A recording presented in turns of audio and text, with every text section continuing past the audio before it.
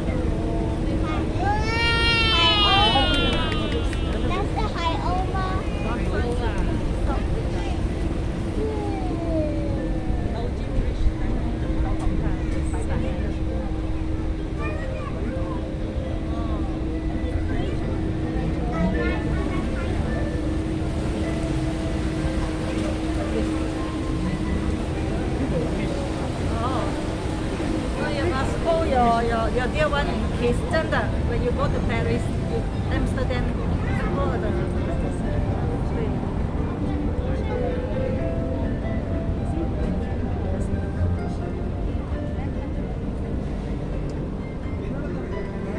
这不真是。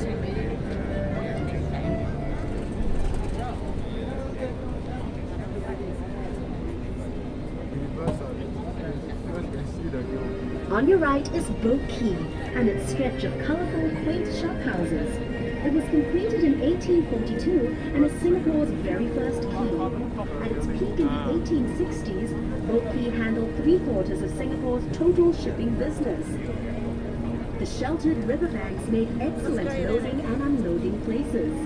Back then, the whole river was chock-a-block with thousands of boats transporting a whole myriad of goods to be traded by the merchants who had set up shop in that row of buildings on the bank. Some of those goods included seafood, spices, and rubber. The precious cargo was shouldered across gangplanks by immigrant laborers known as coolies, whose blood, sweat, and tears formed the very backbone of our nation's rise to prosperity. Wonder why all the shophouses are concentrated on just one embankment of Boat Quay? Well, legend has it that the Chinese immigrants chose to set up home only on the south bank of the river. You'll notice how the riverbank curves just like the belly of a calf. In Chinese culture, this majestic fish is an auspicious symbol of good fortune and a great place to store wealth. These first immigrants believed that this part of the Singapore River is where prosperity and wealth could be found. That's also why many banks and businesses started up here and eventually developed this area into our current central business district. Where once boats lined the water's edge, today the banks of Boat Quay are lined with shophouses turned into restaurants and pubs. The facades of the Boat Quay shophouses have been retained, and their unique architectural styles give the district a distinct flavor. Notice how the shophouses are of varying heights? Long ago, this signaled the owner's wealth. In other words, the higher the building, the wealthier the owner. Perhaps these traditional beliefs have extended till today. Just take a look at the tall skyscrapers of Singapore's financial district towering over the Boat Quay shophouses. This is the perfect place for snapping pictures, so enjoy the 360-degree views and drink in Boat Quay's unique blend of traditional Asian values set against a modern and progressive backdrop. See how the shophouses form a charming contrast of Singapore's developing years against the skyline of a new Singapore. This truly is a uniquely Singapore sight. By the way, are you feeling hungry? Hawkers and their push carts used to line the riverbanks, selling local dishes that were cheap and delicious. A bowl of Teochew porridge cost only 10 cents. And better yet, side dishes were free of charge. Every day, the people who worked and lived at the river would eat at these push carts, sitting on little stools along the river banks. Perhaps that was how al fresco dining got its start in Singapore.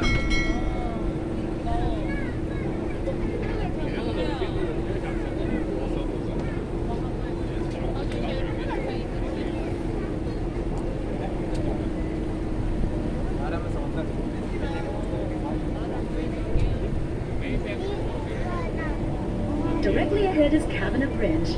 Completed in 1869 and named after Colonel Sir William Orford Cavanagh, Singapore's last governor, it's Singapore's only suspension bridge to have retained its intricate original form. It was manufactured in Scotland and shipped to Singapore later to be assembled. Unfortunately, the bridge was built too low and boats had to wait for low tide before they could pass. So look out and don't forget to duck as we cruise under the bridge. Just kidding. Coming up on the other side of Cabinet Bridge, you'll see a group of little boys jumping into the river. Don't worry about jumping in to save them. They're actually incredibly lifelike bronze sculptures showing a scene from the river's past, where children would stand and wave cheekily from their houses. Very often they would take off all their clothes and jump in for a cool afternoon swim. Standing tall and majestic is the exclusive Fullerton Hotel, which blends the elegance of old world charm with every modern convenience. Built in 1928, lots of paper pushing went on behind the hotel's splendid columns before its glamorous makeover. Its facade is a masterpiece of neoclassical grandeur, which belies its much stuffier original occupants, the Chamber of Commerce offices and the General Post Office, from which mail was transported along the Singapore River to and from ships. Since the 1950s, this was also the site of many political campaign rallies, but even longer before that, it was occupied by Fort Fullerton, built to defend the town at the mouth of the Singapore River.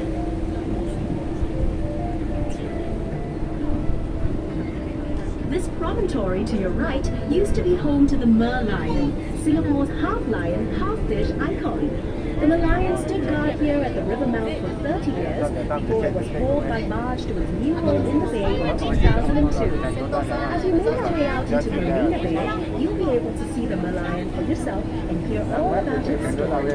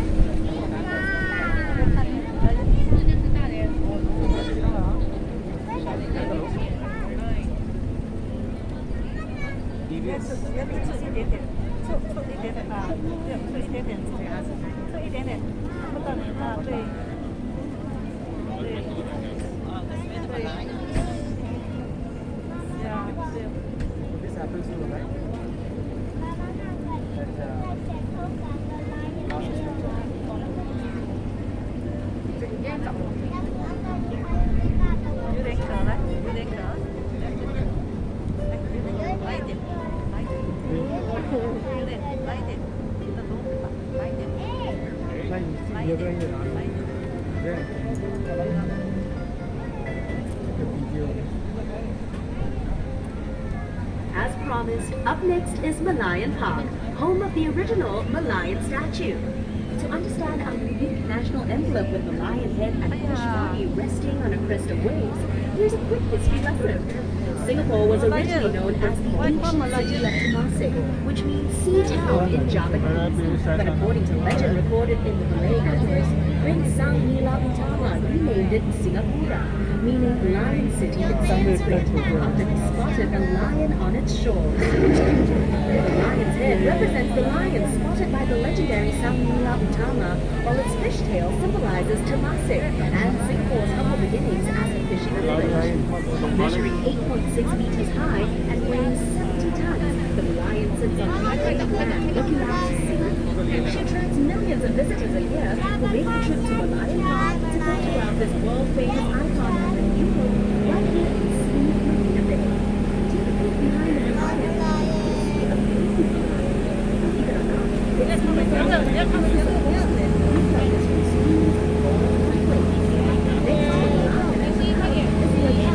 lifestyle dining and waterfront hotel hub known as the Fullerton Heritage that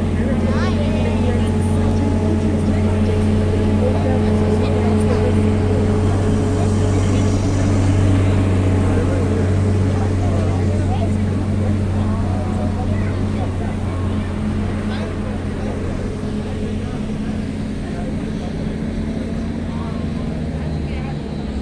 exciting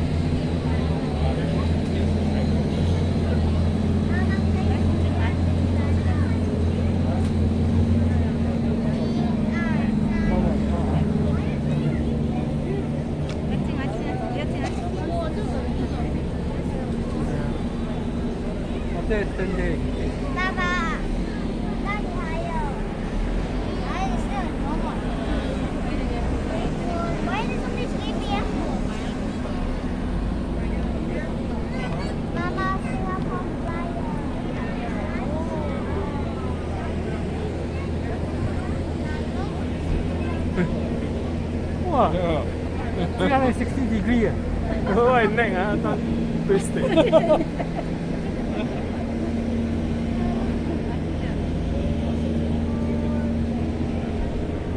Okay. They cross the road come here, then they come here. It's like 妈妈，我们是不是要这样？对，走一下看这边。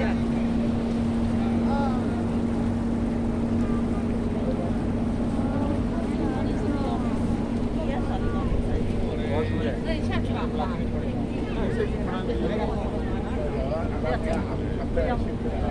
你这么窄的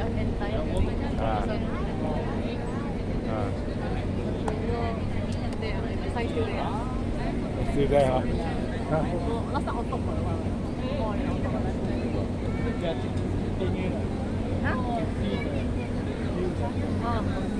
那边啊？哦，不要紧。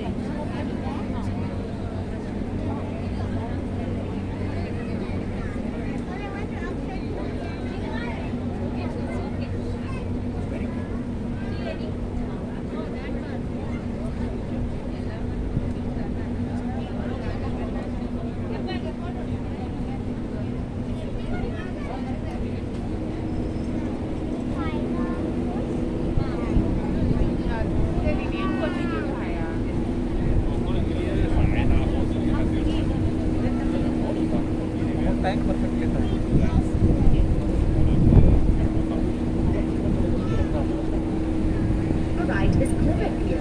It was built in 1933 as a landing point for immigrants hoping for a new future in a new land. It was also once known as Red Lamp Pier because legend has it that a red oil lamp used to head up on the pier as a comforting guide to weary seafarers. Mindful of its rich historical past as a bustling trading post and gathering place for people and entertainers, Clivet Pier and now serves as the lobby of the Fullerton Bay Hotel. Beside it, the Customs House, a charming conservation building from the late 1960s. Good view lah. Good view lah. Customs Harbour Drive, one of Singapore's earliest modern-style public buildings. As Singapore's shipping and trade hub, it became the home of the Singapore Customs Police, tasked with watching over one of the world's busiest harbours.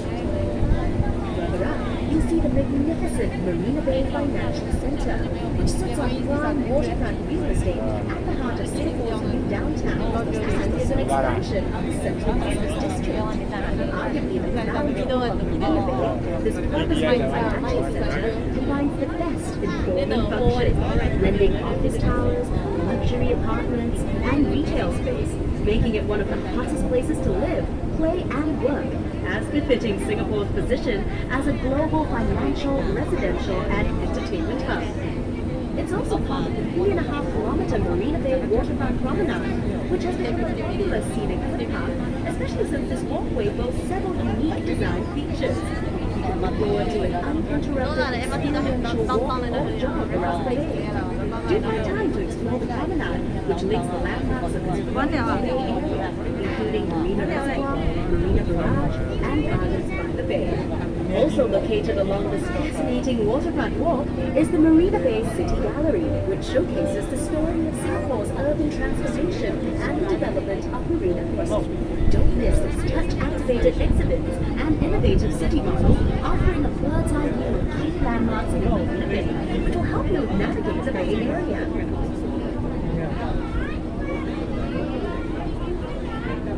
20 minutes already 20 minutes I think 6了我们这边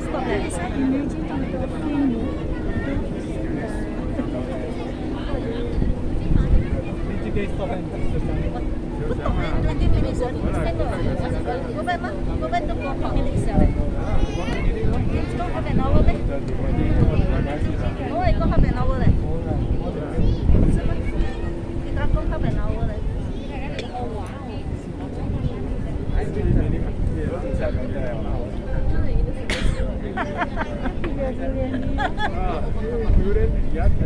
我是觉得完了你看人家get ready 了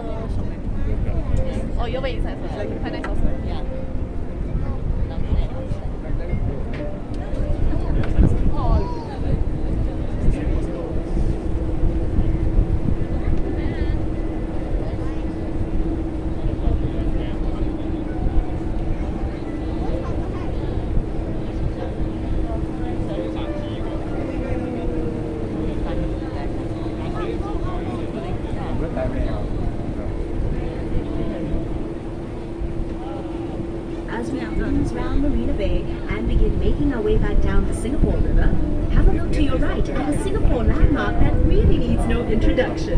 It's the iconic Marina Bay Sands Integrated Resort, featuring a casino, hotel and convention center, world-class entertainment and retail shops, all housed within award-winning architecture that resembles a ship atop 3 towers. Notice also the palm-shaped Arts and Sciences Museum and the unique Helix Bridge. This 280-meter engineering marvel has been modeled after the structure of DNA and was inspired by the Asian concept of yin and yang, built to bring wealth, happiness and prosperity to Marina Bay. This bridge will also link you to another awe-inspiring attraction, the Gardens by the Bay. Spanning 101 hectares, this award-winning super park is home to over 250,000 rare plants from all over the world. Enjoy the lush outdoor gardens, huge climate-controlled dome conservatories, and the towering futuristic super trees, which you can even see from this distance. They're essentially vertical gardens, measuring up to 16 stories high and linked by suspended walkways with stunning views of the entire park.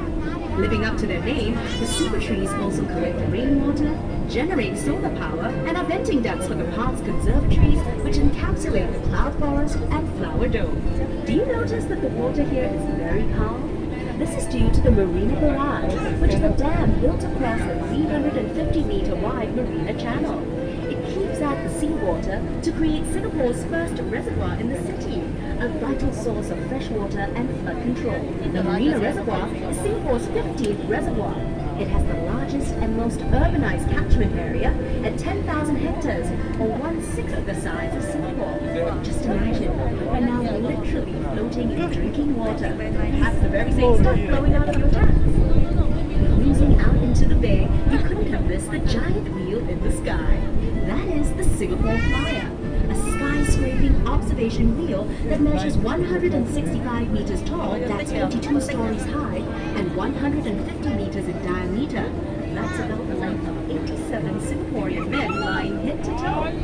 The wheel carries 28 city bus-sized capsules, each allowing up to 28 passengers, which means that at any one time, the Singapore Flyer can transport 784 passengers per revolution, which takes about 32 minutes to complete, rotating at a small speed of 24 centimeters per second. This engineering wonder provides breathtaking panoramic views of Singapore and the islands beyond. In fact, from on board, you can see up to 45 kilometers away. That's 3 kilometers more than the entire length of our island city. You'll also notice to your right two curious spiky domes unique only to the Esplanade, theatres on the bay. Because of its resemblance to the king of fruits, it's been affectionately nicknamed the Durians. No worries here. Quite unlike its pungent namesake, the Esplanade Theatres on the Bay attracts hordes of hungry culture vultures eager to taste of its many blockbuster productions. As the region's premier performing arts and entertainment centre, it boasts superb facilities, showcases world-famous musicals, and features popular homegrown events like the Mosaic Music Festival. And to really top it all off, the Esplanade's breezy rooftop garden offers up more unrivaled views of the city and Bay Area.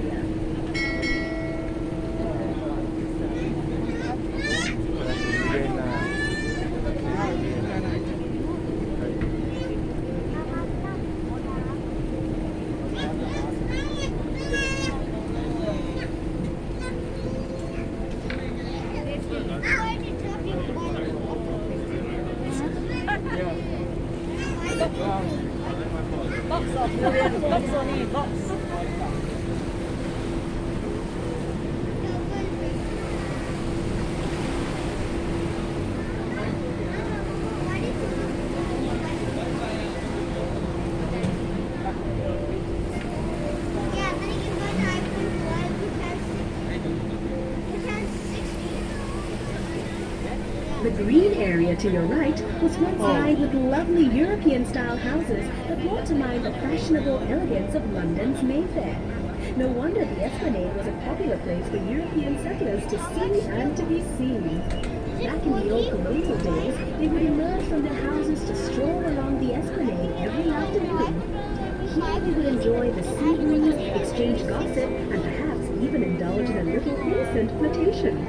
As a nod to our colonial history, Queen Elizabeth Walk was opened within the Esplanade Park in 1953 to honor the coronation of Her Majesty Queen Elizabeth II. If you have the time, this path will take you on a pleasant, meandering walk through the park to other interesting national monuments.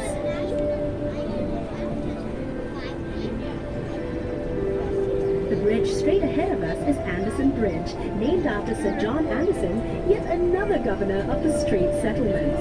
This elegant arch displays an excellent combination of intricate plaster and metalwork, whilst its curved structure provides high resistance to bending force, which comes in really handy since it supports the heavy weight of vehicles zipping back and forth daily.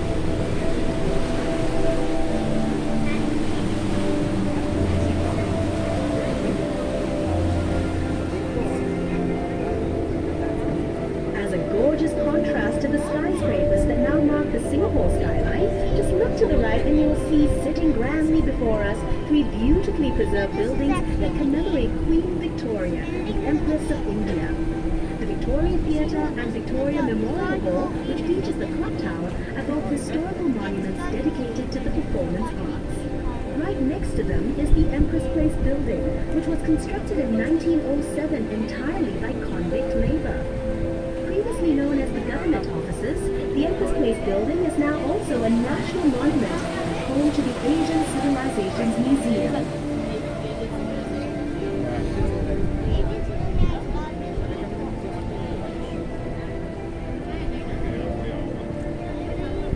The Asian Civilizations Museum is a treasure trove of history and culture that will introduce you to the world of Asian traditions. The museum features over 1,600 treasured artifacts in 4 themed geographical zones and includes a Singapore River gallery dedicated to the history and people of our beloved river. Be sure to check it out for an even more intimate picture of the things you've seen and learnt on this river cruise. Architecture very good. The building is so beautiful. Can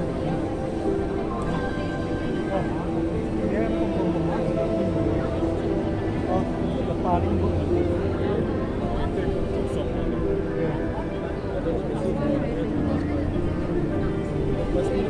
I mean the party very strong. Up ahead and to the right, over on the museum steps, an enchanting series of sculptures tells the story of the Singapore River's development.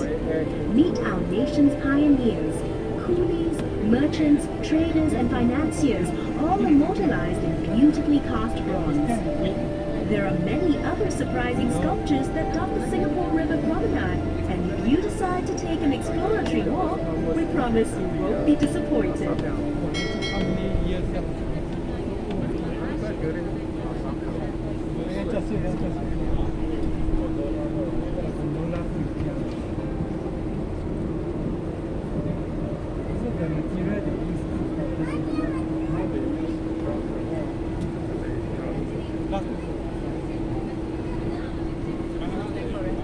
Over on the right bank, you may have noticed a fine fellow cast in blinding white plaster.